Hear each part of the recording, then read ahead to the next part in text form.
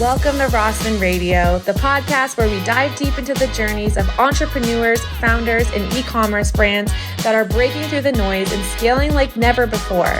I'm Elise, and Rossman Media is a trend-forward social media agency specializing in going viral and delivering 10x returns for the brands that we work with. Each week, I'll sit down with industry disruptors to talk about the highs, the lows, and the exact strategies that help them grow from their first sale to multi-million-dollar milestones.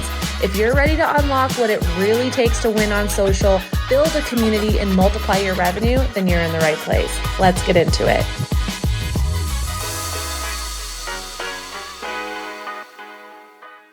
All right, and we're here with Anthony Pong, Executive Director of Caterpy. Anthony, first, let's start out by telling us just a little bit about your very specific brand and product. Sure. So thanks for the introduction. My name's Anthony. I'm the CEO of Caterpy. We are an elastics distribution company. So we specialize in making elastic string, specifically shoelaces. I know that sounds really niche, but that's how we started. Nice. And how do you feel like your digital marketing efforts have evolved since you started the brand?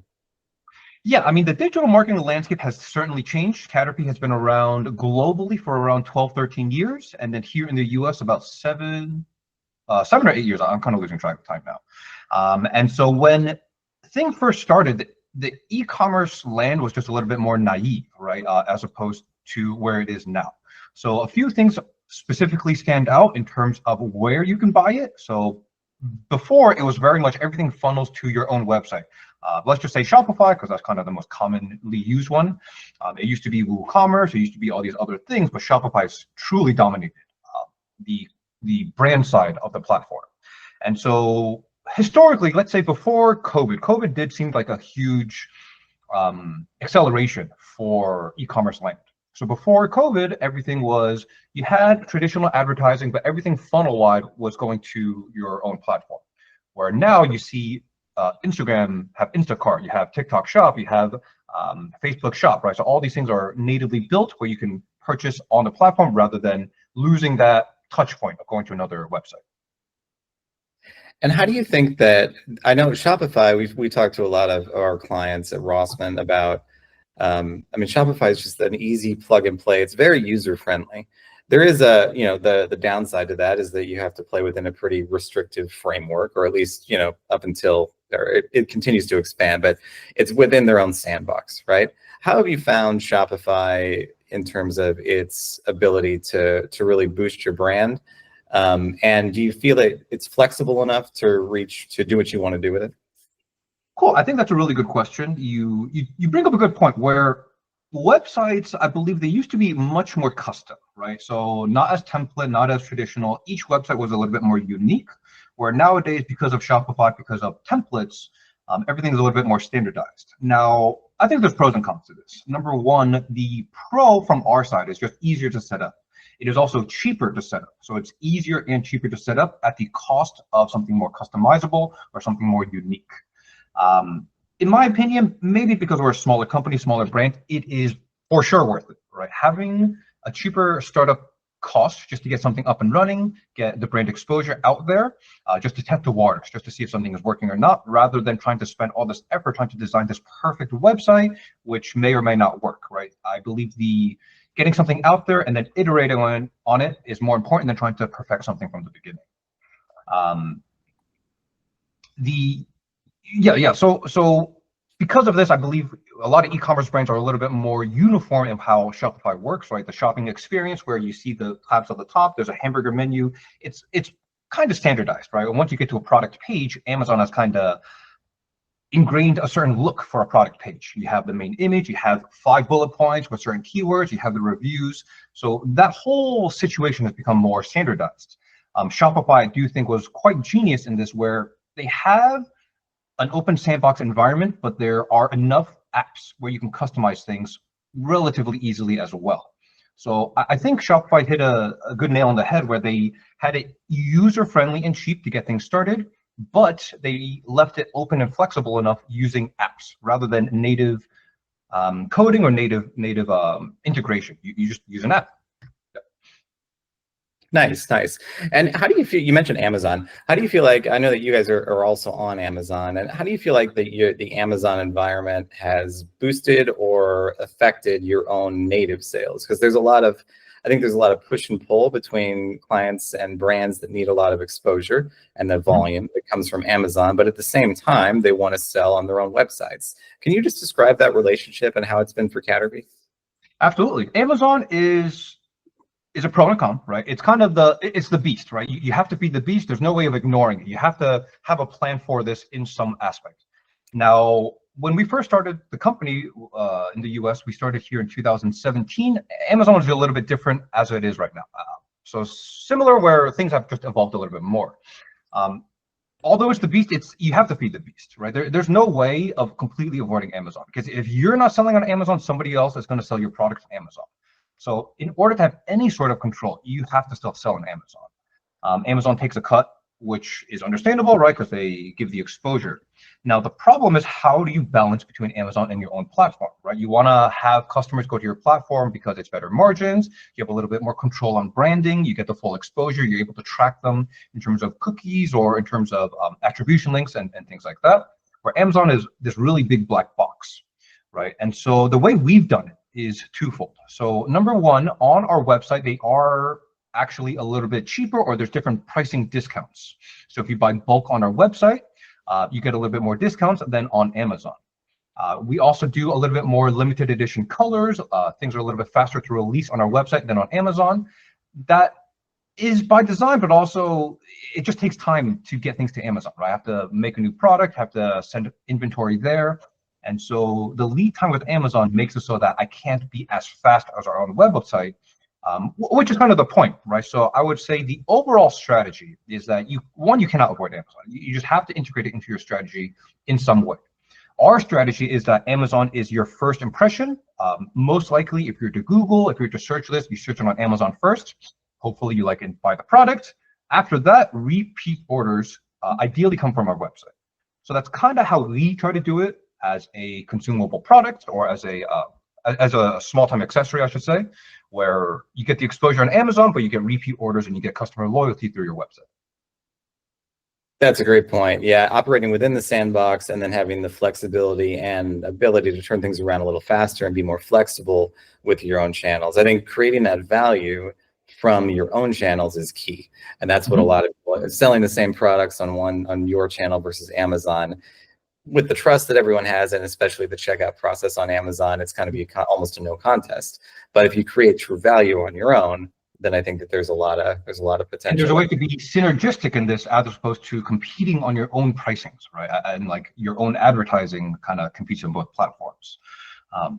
Amazon does seem like it's starting to crack. Its hold on the market, it does seem like it's starting to crack. Maybe because of these social media platforms, maybe because of tariffs, and it almost seems like Amazon is like a white label for Temu right now. A lot of people are figuring out how to purchase in bulk from Temu, just relabel it onto Amazon. So it does seem like something is cracking with Amazon's stronghold of the e-com platform world. That's funny you mentioned Temu. With the giant advertising spend that Temu has and keeping themselves top of mind in the App Store. You know, another app that did that was TikTok back in the day, to keep themselves kind of force their way into a market. And I've seen a lot of comparisons from Temu to the products on TikTok Shop.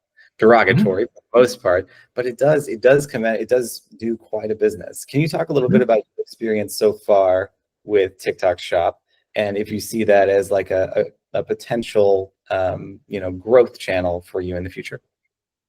Sure. So we've been on TikTok for a couple of years. We are set up on TikTok Shop.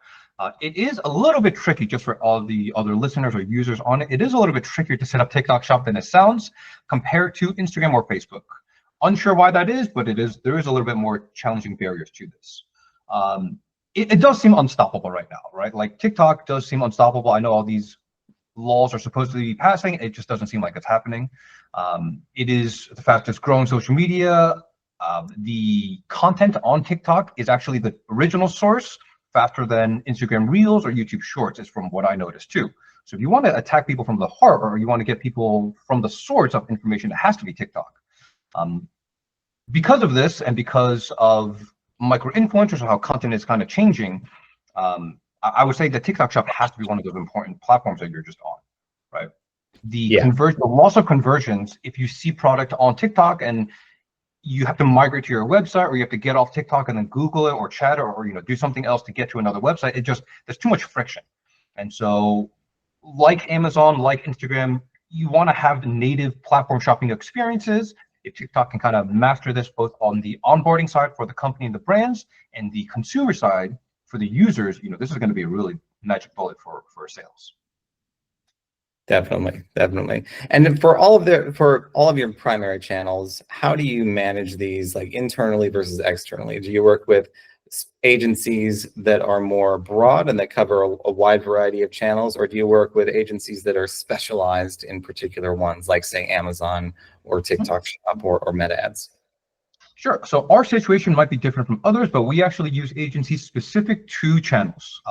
It was our experience that these agencies had specialties in these channels in the beginning, and so we wanted to piggyback off their specialty rather than trying to do something too broad.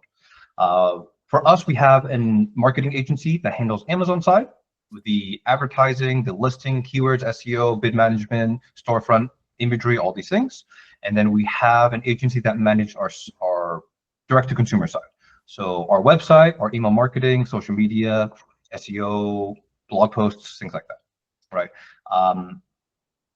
It adds another layer of management where I have to communicate between the two, right? In case of certain promotions or certain assets that are being developed, there is an added step to this, or added management. However, from our tracking, we had better results when agencies who had experience in certain platforms maintained those platforms, as opposed to trying to expand it. One of the really difficult things as we're talking about this is attribution cross-platform. So how do you know where people see you from is still quite a difficult thing. So if people Google you or Amazon you or find you on TikTok or on your website, it is not super clear how it works. Why this is a different kind of question, I believe. I think it's more on the platforms where they want to keep information to themselves as opposed to sharing it, which is understandable on their side of things too. But from the brand and vendor side, how do we know what is influencing is still a difficult question. Yeah, and that's a great point. I think that this is one of the most common things that we hear as an agency that is focused on performance is, how do I know what's real? How do I know the metrics that I get from, because we can set up Google Ads campaigns that can, target branded keywords only and get a giant, ROAS that looks amazing, of course, if you know nothing about digital marketing.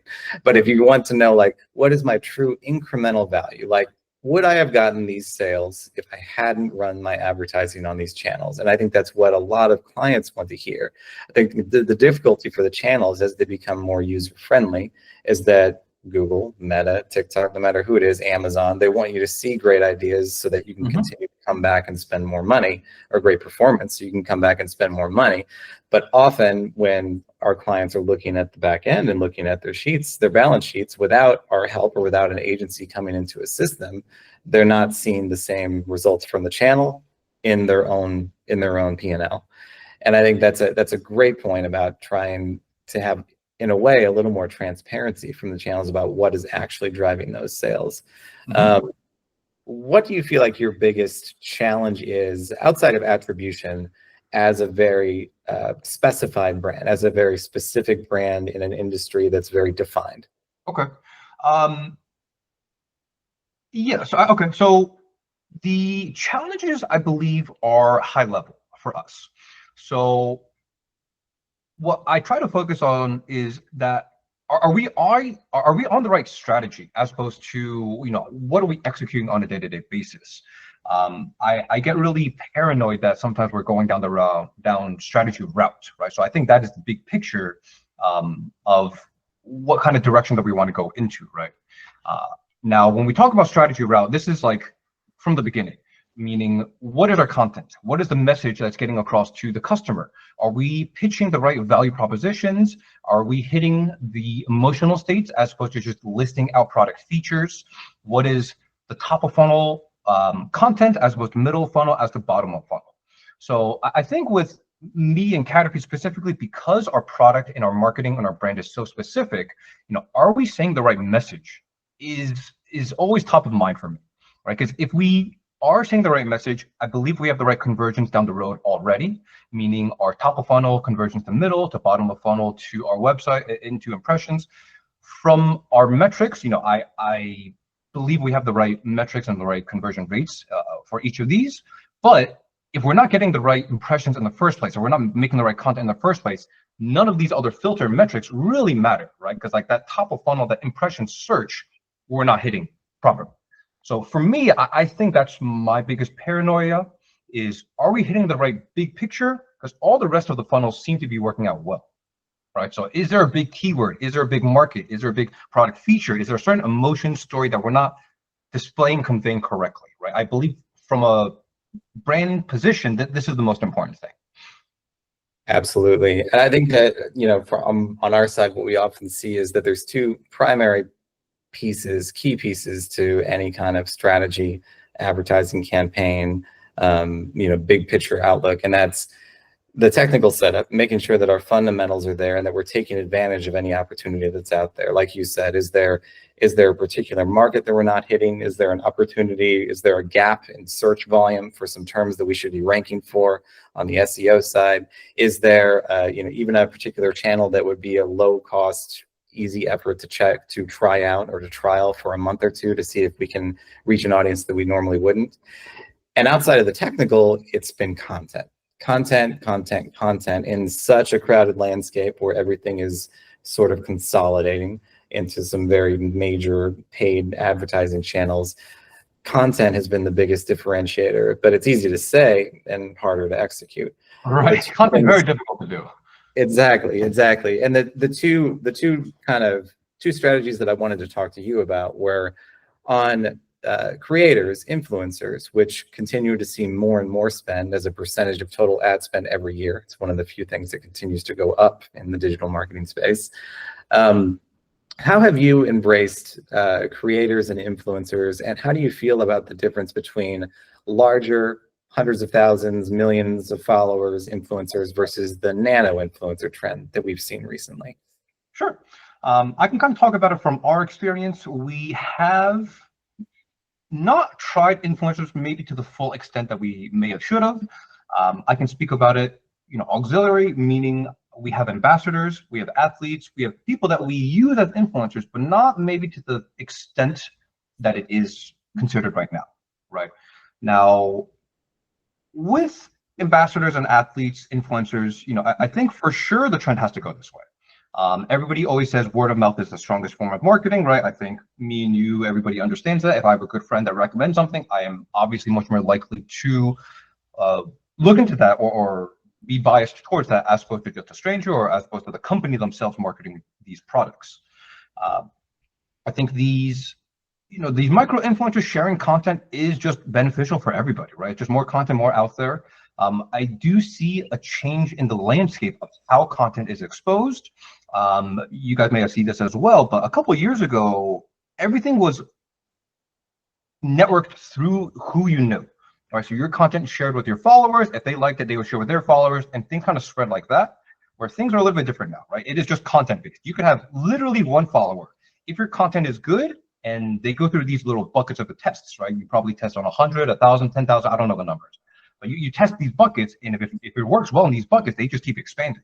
So in a way, it's easier to get content viral, right? There is no need to build a base. There is no need to build a follower. Just figure out the right content. On the other hand, it's harder because you have to figure out what is the right content, and everybody's pushing more content now. And it's like a bigger competition for content, right? Because there's no network flow of information that there previously was with followers. Now, with back to how we did things, we've tried these bigger influencers, bigger athletes before. Maybe it was just our situation where shoelaces, it's really, nobody really pays attention to shoelaces on athletes' feet like that. Even if athletes won on podiums, if the picture wasn't taken right, you didn't even see their shoes, right? So you wouldn't even know they were there. And so we never got to those big time athletes, those A-list, everybody household name athletes. For me, it just seemed like too big of a risk, right? If we wanted to pay them for sponsorships to do a reel, a story, or post. It was just so much to drop one without any true guarantee of exposure or success. A lot of the big ones don't want to do profit sharing because they can get guaranteed revenue if they do X amount of charge per story per post, right? So I understand their positioning too. Now this kind of gives the opportunity to these micro influencers where anybody can sell anything. Everybody gets a cut if they sell it and position it and pitch it the right way. So I do see the trend here. I am trying to catch on board sooner than later. It's not as easy as everyone makes it sound, right? It's not like, oh, I want to do this. I'll find some micro influencers that make great content and we make money, right? It's just not that easy. You got to build the community. You got to build the trust. You got to build the product relationship. It all takes time and effort. Yeah, absolutely. And I think you touched on it. What I would mention too is the biggest shift that we've seen as an agency has been influencer marketing used to be defined absolutely like by the larger influencers. And the idea was that we're going to reach an audience that normally we wouldn't, and we're going to reach it through their following. So the bigger the following the influencer has, the more of an impact they're going to potentially have on getting our message out there. And I think that's changed with the times too, where it's become less about followers as a vanity metric and more about actual engagement of the following, and then how much theoretical buying power they have. And you mentioned taking a percentage of the revenue. Whereas larger influencers and professional athletes certainly have no interest in doing that, and they would rather do that and have their flat fees. There has been more of a shift towards affiliates, and we've seen a lot more results with affiliate marketing than we did with traditional influencer campaigns, because not only is it a direct, trackable way to drive sales, in that I don't have to worry about performance per channel because I've got a specific promo code that's being used no matter what channel they come from, whether it's Amazon or elsewhere. I know that these people come from that influencer, but also the influencer has more incentive to get the message out there. It's not this passive content creation and then send it to the agency or to their client and just collect a paycheck.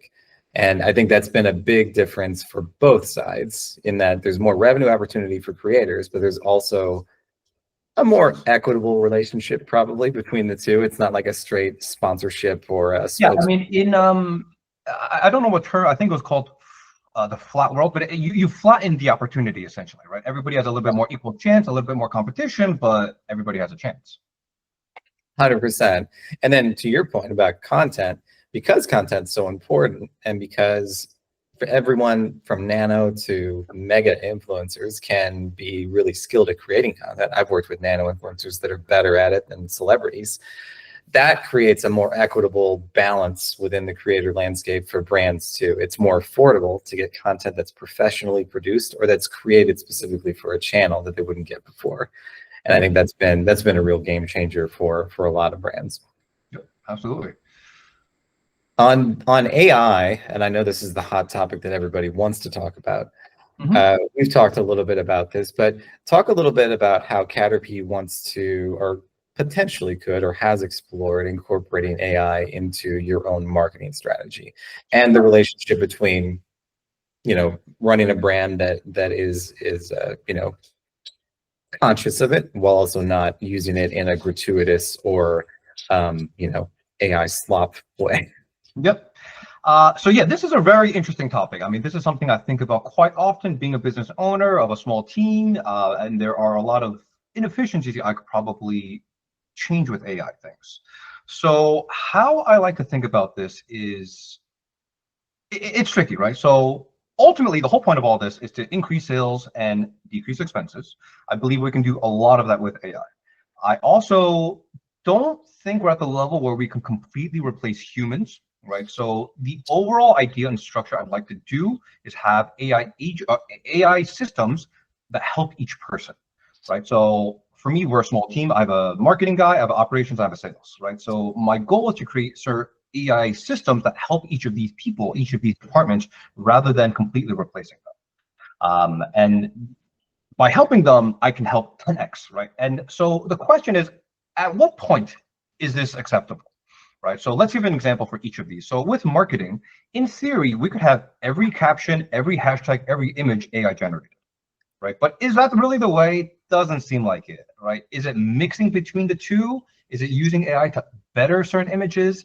Where are these lines drawn? I'm not exactly sure yet, right? Everything is still in the waters testing to see what AI functionalities are out there, how the public reacts to it. Let me give you an example more specifically in the marketing thing as well. So we sell shoelaces, they're no-tie laces. One of the funny things that we try to do is avoid tying shoes in weird situations. So we previously tried to do tying shoes in situations where, you're at the start of a race and you accidentally have to tie your shoe. Or you're on a date and you tie your shoe and it's like an accidental proposal, right? It's just like a funny meme thing. Or you're accidentally tying shoes on a train track, you don't want to do that because it's dangerous. And it's actually quite difficult to get these photos, right? I have to physically get somebody tying shoes on a train track. That doesn't seem like the best way to do it. And so we have this little series of tying shoes in uncomfortable situations, right? So one of them is tying shoes on a train track. Easy to do with AI, literally 2 sentences. Or let's say tying shoes in the middle of a zombie attack. You don't want to be the friend left behind on a zombie attack, or a UFO thing, just something random and fun, right? So the way we have it right now is, okay, yes, we can't not use AI, but we don't want to fake it to be we're trying to replicate a human. No, these are very obvious AI images. It's meant to poke fun. They're very meme images. So in that situation, I feel like it's okay to do an AI image, right? It is difficult to do in person. It is clearly AI. It's meant to just poke fun of ourselves essentially as a meme. So for these situations, cool, right? Now let's talk about another extreme. For my salesperson, it is possible to just replicate her voice with AI, right? Completely replicate her voice. I could do a database system of most commonly with the sales pitch, most commonly questions. I could automate the sample shipments or whatever order flow all the way through. Is this right? I don't know, right? It seems wrong, but I could also hit 100 times more people. And so if you do the math, let's say you hit 100 times more people, but it's 60% as efficient, right? Because certain people like it, don't like it. And so at the end of the day, you're still reaching more people for less cost, right? And so at what point does this become too not human, right? It becomes, you lose a relationship because you're trying to automate too much. Not sure yet, right? Is it first touch is AI and then thereafter it's always human? And so you ensure that it is still human to build a relationship, but you have AI to do that cold outreach. I don't know, right? These are the things where I don't know where the line is drawn. For sure, you can't avoid using it, but also for sure you can't lose the human element, at least not yet, right? And I hope, I don't intend to do that, but it's just how things may happen, right? How things are trending. So that is just the general picture right now, right? To what extent can we use AI to help existing teams and help humans, but not completely overshadow them and completely ruin existing business relations and human interactions? Yeah, 100%. I think you make a great point about the honestly, it's about the transparency of using AI. I think that for jokes, I saw a lot of April Fool's jokes this year using AI, and nobody had a problem with those. Everyone was just, almost everyone was just we realize these are going to be stupid memes anyway, and they're, like you said, they're not trying to reproduce reality, at least not right now for the most of them. If your brand is trying to have fun with AI and use it in a way that is poking fun at yourself, or is going so far into the realm of imagination that I'm not going to go realistically shoot a zombie attack while I'm tying my shoes. I think that's completely one way to do it, and it's very above boards in a way. I think where people bump up against it is when it comes at the cost of someone else, or at the cost of a job, or a photo assignment, or a shoot that would normally use actual working people and actors. A lot of brands have run into some trouble with that, but you're right. It's so ubiquitous now that we're all on Meta ads, we're all on Google ads, we all do SEO work, and we do it with the help of AI, whether we want to or not. It's possible to target our customers without using machine learning and AI. Every campaign is an Advantage Plus campaign by default on Meta. Every campaign is a Performance Max campaign that you set up, or not every campaign, but on most campaigns that you set up in Google use AI targeting because of various privacy laws and things that have evolved over time. But it's something that we all have to make use of, but we have to make use of it in an above boards, equitable way that is in line with your brand values. And I think that as long as our clients do that, and that's what we recommend to everyone, it's less of an issue when it comes to public perception. I think you bring up interesting points to even expand it further. I believe, AI machine learning things have been around for 10 years. It's just recently we have a different interface to do it on a different scale, right? And so oftentimes is it improper to use AI? Are we setting up the wrong system with AI? Or are we prompting it incorrectly, right? Like there's much more details and nuances in using these things than just yes, no, we tell people, right? I obviously you guys understand this too. And so like to truly understand the nuances in itself is its own project, right? And so like where do we draw the line internally? Where do we draw the line externally? Where from a public perception and from like a human resource thing. And so all of these are still undefined, right? Everything is still changing so new, so quickly. It's really not sure. To your point, I think we are very transparent. I am transparent to my whole team members that, hey, I do want to implement these AI systems. It is not to replace you, but I do want you to use it so that you can 5 or 10x your own workload and efficiencies, right? So at the moment, that's how we position ourselves, and that's how we think about it. Completely. I think that's where a lot of our clients stand right now, and that's where we stand as an agency. It's about how do we amplify our own work rather than replace anything. We're trying to use it as a foundation with things that would normally take us an unreasonable amount of time to do, and see how much we can advance from it, and then really, but not overly rely on it. And I certainly hope that none of our clients, and you would notice for Rossmann clients that you don't see anyone using the word delve or M dashes or these things, and that hurts because I really like M dashes. But we don't want our clients to be, all of our work should look unique to the brands that we work with. It should never look the same. It should never feel like it's coming out of a box somewhere or that it's standardized, because it never was before. There's no reason why it should be now, just because it's easier to do. Right. But it's an ongoing conversation. I feel it's very interesting talking to brands about this and their own perception on it. I think we're pretty in line with our thinking, but we've seen, in the news every day where things are just accelerating so quickly. So it'll be interesting. Yeah, exactly. There's, on one hand, I want to keep up and test things. On the other hand, I don't want to piss people off too. So like, it's very tricky to navigate through these changing landscapes right now. For sure. Well, I'm thanking you so much for your time today. Where do you see the biggest opportunity for Caterpy's growth right now? And what do you think is standing in your way potentially from getting there? Sure. So I'll talk about 2 different things then. So number 1 is we sell primarily shoelaces. So just selling more shoelaces of our existing product is the lowest hanging fruit, biggest opportunity. So this could be 2 different marketplaces. We are still relatively new in Europe, relatively new in most other countries. So either pushing in new marketplaces or optimizing the content, the platform, the purchasable, the ability to purchase in given marketplaces, right? So that's target number 1. I think that's the biggest opportunity, just to grow what we have, make it more efficient, expand the audience. The second biggest opportunity for our company specifically is the patent that we have is a control on elastic string. Custom elastics are becoming more popular in the apparel world, whether this is for pants, tops, sports bras, socks, headwear. Custom things are just becoming more common because everybody's different and you want to have customizable, clothing or apparel to your fit.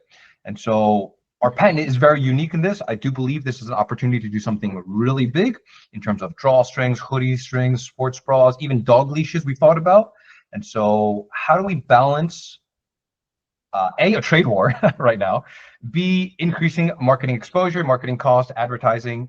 How do we balance R&D for a new product and trying to test out waters for sales for a new product in given marketplaces too? So for Caterpy, that's kind of where we're at, right? Do we optimize what we have? Do we expand in parallel to things that we can make as well? Or we could go a different route and just distribute other products, but that is a little bit more off the beaten path too, right? So for Caterpy, it's expand the marketplace for shoelaces or expand elastic string marketplaces for other products. Got you. And what do you think is the potential barrier on the marketing side to getting to that point? Do you feel like you need to, what's your next step? Next up, I believe our biggest barrier would just be pricing right now. We are a little bit more expensive. We're probably much more expensive than the cheapest elastic things that you can get out there. On top of it, we're made in Japan, so we just have a little bit higher quality, plus import tariffs, plus shipping costs, right? Things custom just are not cheap, right? You don't get something custom to be cheap. However, on the flip side, being custom, being more expensive, being higher quality gives us the opportunity to have these higher echelon products as well. Right, so it's a blessing and curse, right? We can't go for that mass market product where we can sell many more millions but have a lower margin. We can only go for these higher margin products but lower volume, right? So that's just where we're at. Gotcha. Yeah, it'll be a give and take, and it'll be interesting to see how that evolves, including the tariffs over the next year or so. Yes. But we're wishing you nothing but the best of success, and hopefully we can have you back on, a year from now, talking about how big of a stride you've made in the. That'd be amazing. Yeah. Yeah. Anthony Pong, thanks so much. Again, the brand is Caterpy. It's Caterpy.com. Or sorry, Caterpy. Let me do that one more time. Yeah, both of our Caterpy.com is the international site, so that's okay. Work. I'll do that one more time. Okay. Thanks again, Anthony Pong, for joining us on Rossman Radio. Again, the brand is Caterpy, and you can visit Caterpy.com to check out their products. Well, thank you so much, Rob. Appreciate being on the show, and it was a blast, and hope to do this again.